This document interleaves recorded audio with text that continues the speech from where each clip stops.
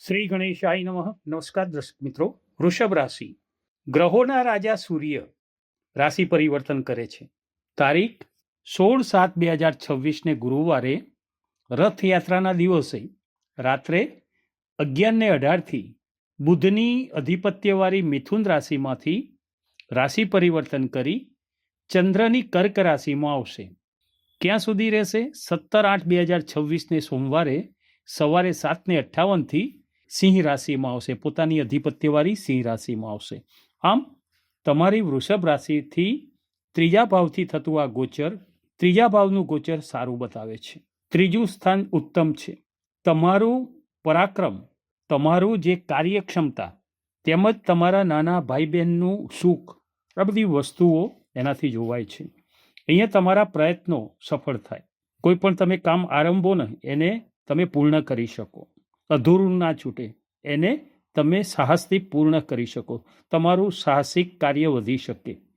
પોતાના પ્રયત્નોથી, કોઈના સાથ સહકાર વગર ઘણી બધી વસ્તુઓમાં તમે જાતે પોતાના સ્વબળે જ આગળ આવ્યા છો. કોઈનો આધાર લીધા વગર તમે આગળ વધી શકો.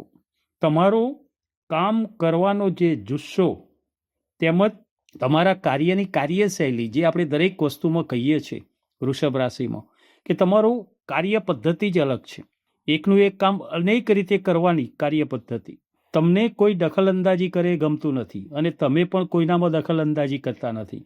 એટલે આ સ્વભાવને લઈને તમે કોઈ બી કાર્ય જ્યારે હાથમાં લો છો ત્યારે પૂર્ણ કરીને જ તમને એનો હાશકારો થાય છે. અહીંયા તમે તમારો ભાગ્યોદય તમે જાતે જ એ કરી શકો છો.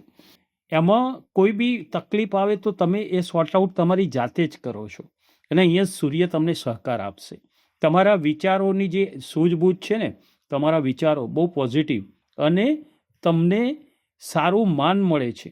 નોકરી વ્યવસાયમાં પણ તમને સારું માન મળે છે. તમારું કાર્ય કરવાની પદ્ધતિથી તમારી અલગથી પ્રતિષ્ઠા રહે છે. તમારી જન્મકુંડળીમાં જો સૂર્ય શુભ હશે ને તો આ સમય જે હું કહું છું ને એ રીતનો જ રહેવાનો છે. જો એની સાથે પાપગ્રહ નહીં હોય, પાપગ્રહથી યુક્ત નહીં હોય, તો આ સમયે તમે તમારા આત્મવિશ્વાસનો વધારો થશે અને સાહસિક પ્રવૃત્તિ તમારી વધશે. કોઈ બી કામ તમે જાતે સફળ કરી શકશો, સારું કામ કરી શકશો. નોકરીમાં પણ તમે તમારું આગવી છબી એ ઉપજાવશો. વિશેષ તમે માન મેળવશો. સૂર્યની 7મી દ્રષ્ટિ 9મા ભાવ ઉપર રહેશે. તો અહીંયા 9મો ભાવ જે છે એ ભાગ્યોદયનો છે. હવે જ્યાં મેં કીધું ને, ભાગ્યમાં જ સહકારરૂપ છે અને એટલે જ આ દ્રષ્ટિ ભાગ્ય ઉપર છે. કેમ કે મહેનતને સાહસ છે તો એનો ઉદય થવાનો જ છે, પણ અમુક લોકોને મહેનતનું જ મળે છે. ત્યારે અહીંયા તમારે 7મી દ્રષ્ટિ એ ભાગ્ય ઉપર સૂર્યની હોવાથી ભાગ્યમાં વૃદ્ધિ કરે. મહેનત સાથે સાથે ભાગ્યનું ફળ તમે અહીંયા મળતું હોય એવું જોઈ શકો. તમને અહીંયા લાભ મળતા તમારા કામથી સંતોષ થાય. મહેનત કરો પણ સારો લાભ ના મળે તો અમુક વખતે અસંતોષ થાય, નિરાશા થાય. પણ અહીંયા તમારા કામનો જે પ્રભાવ છે એનાથી તમારું ભાગ્ય ઉદિત થાય. તમારે જો સૂર્ય શુભ ન હોય તો તમારે છે ને કે નાના ભાઈ અને બહેનોથી અમુક વખતે વાતચીતથી મન દુઃખ થાય. અમુક સમયે પિતાથી પણ મતભેદ થાય. અમુક વખતે એમની તબિયતને લઈને પણ ચિંતા રહ્યા કરે. ભાગ્યની વૃદ્ધિમાં પણ વિલંબતા જોવાય. આપણે એમ થાય કે આ બધું કરીએ છીએ, એ સૂર્ય જો પોઝિટિવ ફળ ના આપતા હોય ને તો પણ આ બધું જોવાતું હોય છે. તમને શુભ ફળ ન મળતું હોય સૂર્યથી તો તમારે ઉપાય તરીકે શું કરવાનું? તો રવિવારનું વ્રત કરવું જોઈએ. આમાં એવું કહેવાય છે કે મીઠા વગરનું જમવું જોઈએ. ખીર ખાવ તો બહુ સારું. મીઠા વગરની રોટલી, ખીર, આ બધું બહુ સારું. સૂર્યદેવની પૂજા કરવી જોઈએ. તાંબાના કળશમાં જળ લઈ અને એમાં ચંદન અને લાલ ચંદન મળે તો શ્રેષ્ઠ, લાલ પુષ્પ આ બધું લઈ અને રીમ સૂર્યાય નમઃ 11 વખત બોલી અને જળ ચડાવવું જોઈએ.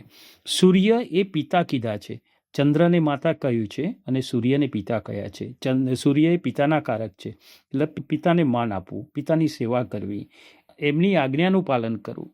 અને જો કોઈ માર્ગદર્શન તમને મળે, કોઈ જ્યોતિષીની પરામર્શ મેળવી અને જરૂરી હોય તો સૂર્યનું માણિક રત્ન પણ તમે પહેરી શકો, પણ બહુ તપાસ કરાવ્યા પછી જરૂરી છે કે નહીં એ નક્કી કર્યા પછી જ પહેરવાનું રહેશે.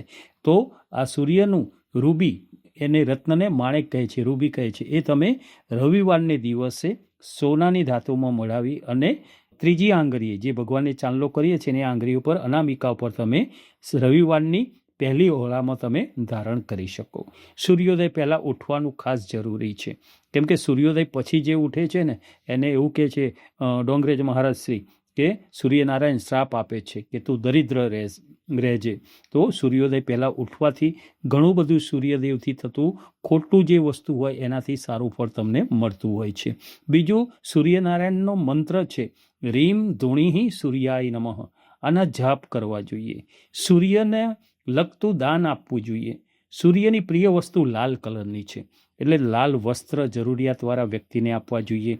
કોઈ પણ વસ્તુ તમે આપો ને એ જરૂરિયાતવાળા વ્યક્તિને આપો ને તો એનો આશીર્વાદ વિશેષ મળતા હોય છે. બીજું તમારે ખાસ મહત્ત્વનું, કોઈ પણ નાનું મોટું તમારે કોઈ વ્યસન હોય ને તો એ વ્યસન ન કરવું જોઈએ, એ મૂકી દેવું જોઈએ. તેમજ ઘરના વડીલોને માન આપવું જોઈએ. તેમાં પિતાને આગળ કહ્યું ને એ પ્રમાણે ખાસ પિતાને ખાસ માન આપવું. તો આ હતું સૂર્યનું કર્ક રાશિનું ગોચર તમારી શુક્રની અધિપત્યવાળી વૃષભ રાશિ માટે કેવું ફળ આપનારા બની રહેશે તે વિશેની માહિતી. નમો નારાયણ.